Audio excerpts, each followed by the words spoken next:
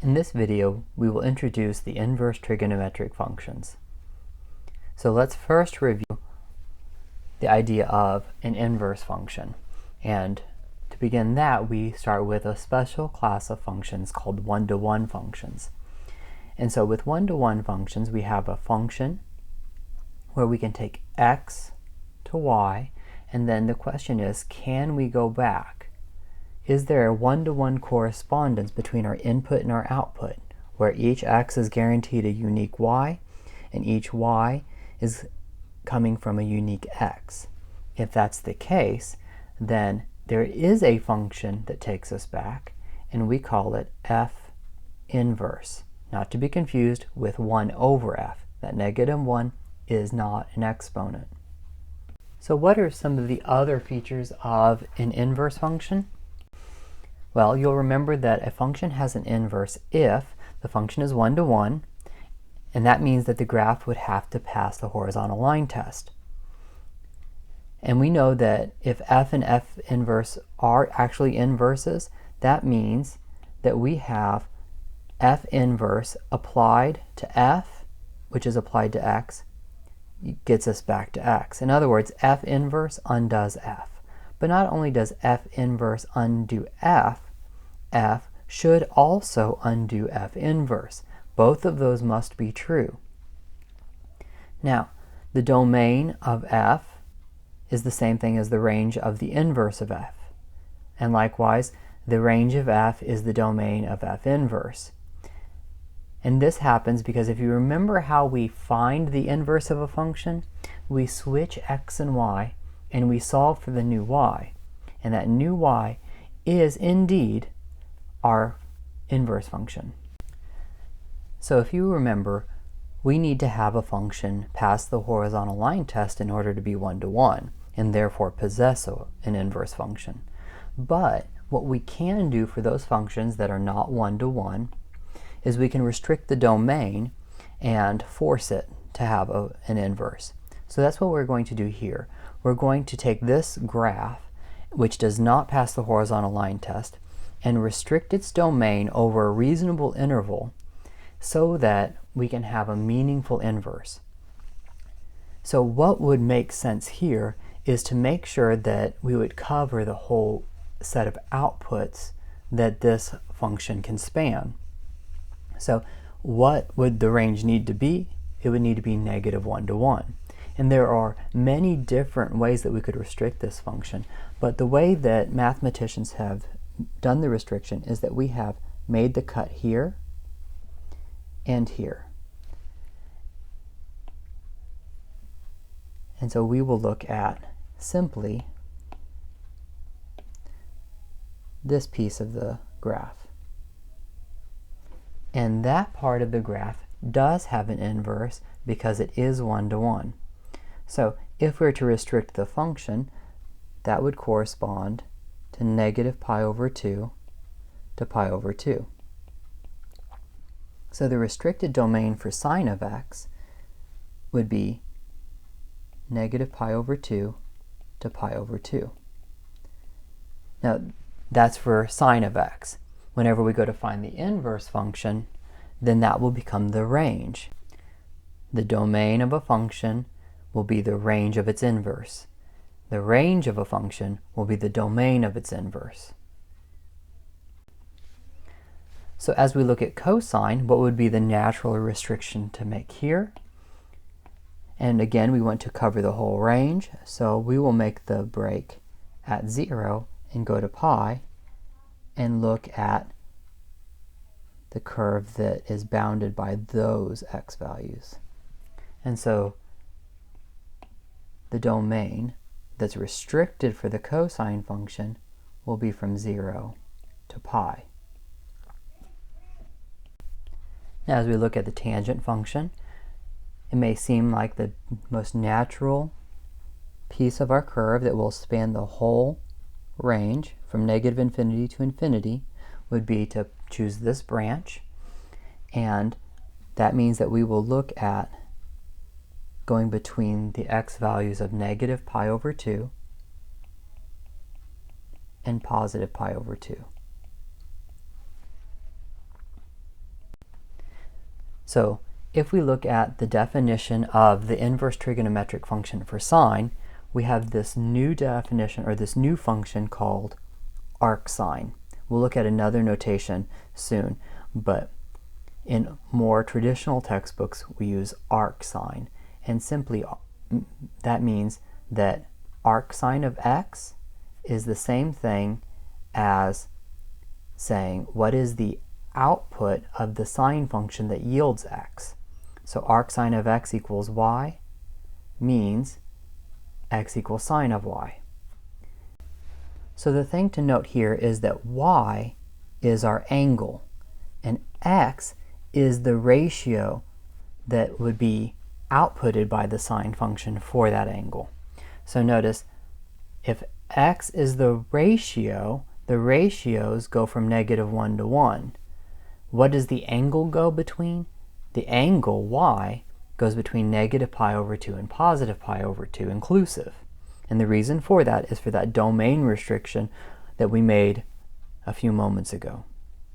And so the graph, you'll notice here, our x-axis is now from -1 to 1 for the range, but this corresponds to the ratio. The angles are now found on the y-axis.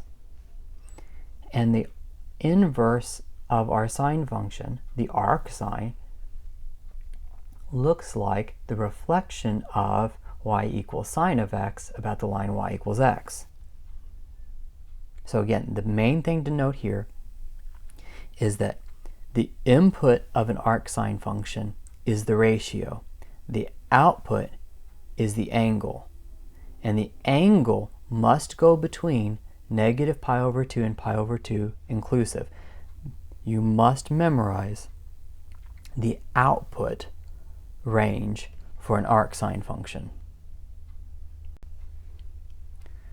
Likewise, for an arc cosine function, arc cosine of x equals y means cosine of y equals x. So here, x is the ratio and y is the angle.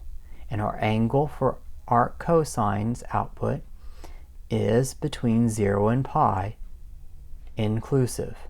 You must memorize the range for the arc cosine function. And notice the graph.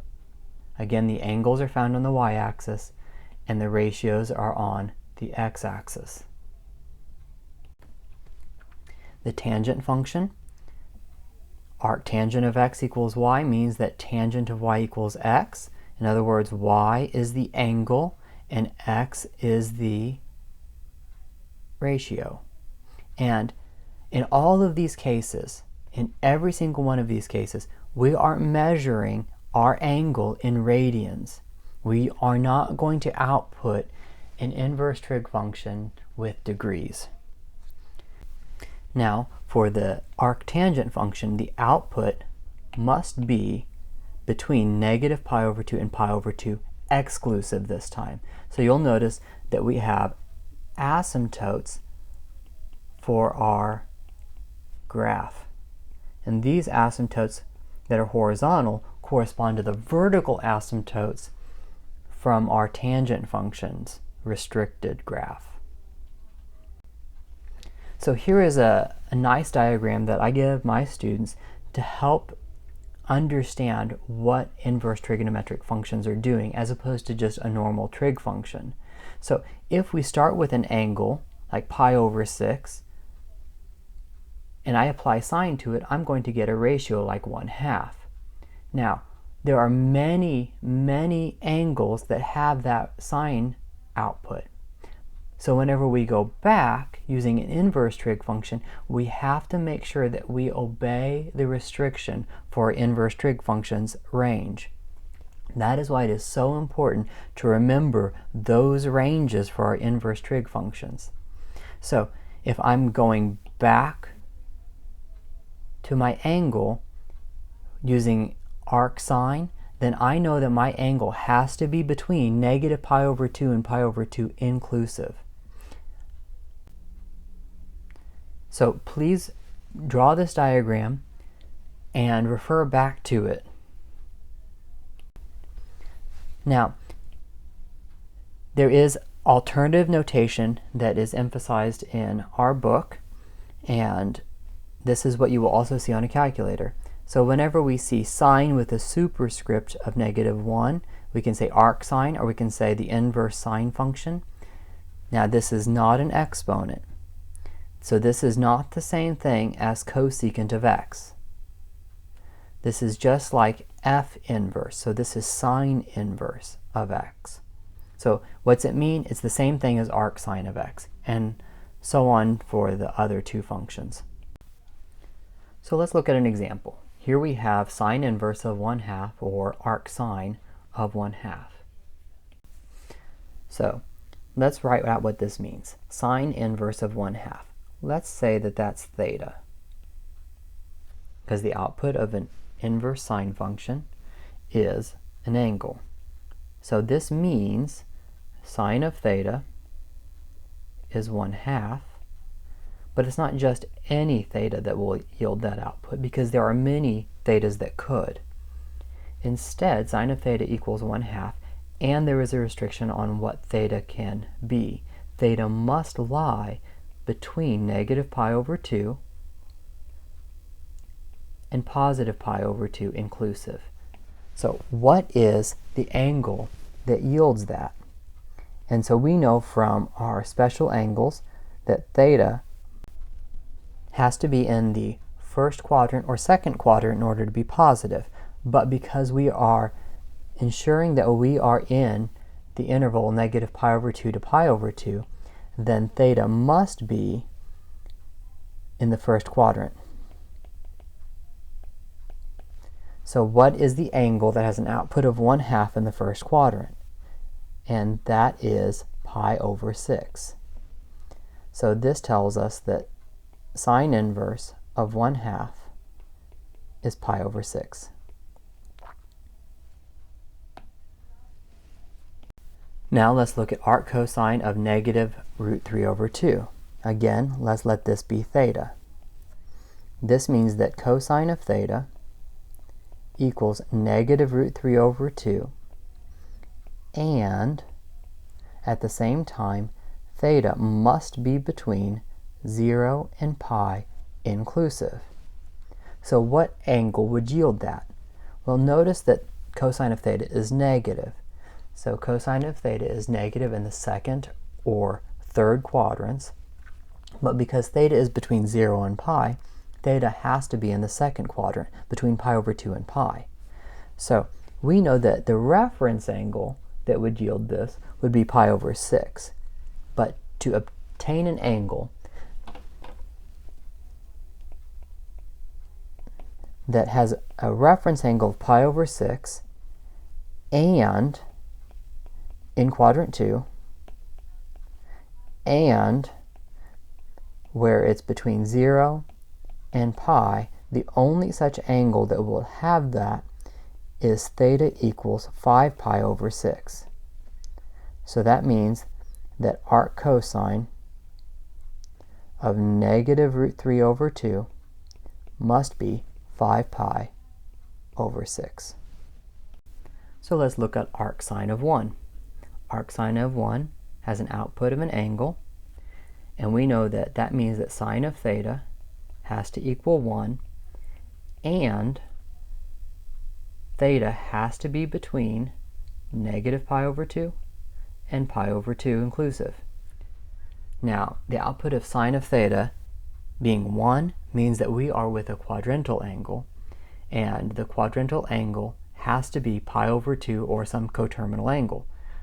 But we're restricted to -π/2 to π/2. So theta has to be π/2. So therefore, we know that arc sine of 1 is π/2. So arctangent of 1, we'll let that be theta. That means that tangent of theta has to be 1, and theta is between -π/2 and π/2 exclusive. So tangent of theta is positive in the first and the third quadrants, but at the same time, we know that our angle has to be between negative pi over 2 and pi over 2, so therefore we must be in the first quadrant. So this calls to mind theta is pi over 4. Therefore, arctangent of 1 is pi over 4. So as we look at arc cosine of negative root 2 over 2, again, let's look at this output being called theta. This means that cosine of theta is equal to negative root 2 over 2, and theta at the same time must be between 0 and pi inclusive. So what's the reference angle? The reference angle that would, and how do we find the reference angle? The reference angle is, just ignore the negative and think back to just right triangle. So cosine of theta equals negative root 2 over 2. Don't even think about the negative, just think root 2 over 2. That would be pi over 4. But now you think of the fact that this is in the interval 0 to pi, and you have to have a negative value for your output. So where is cosine negative? Cosine is negative in the second and the third quadrant. So we must be between pi over 2 and pi in the second quadrant in order to obtain the correct angle theta.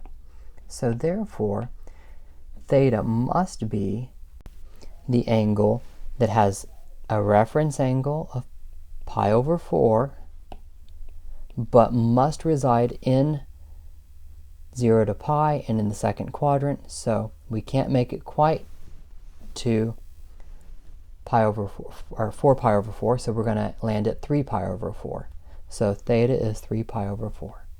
So arc cosine of negative root 2 over 2 is 3 pi over 4. Notice our answer is in radians.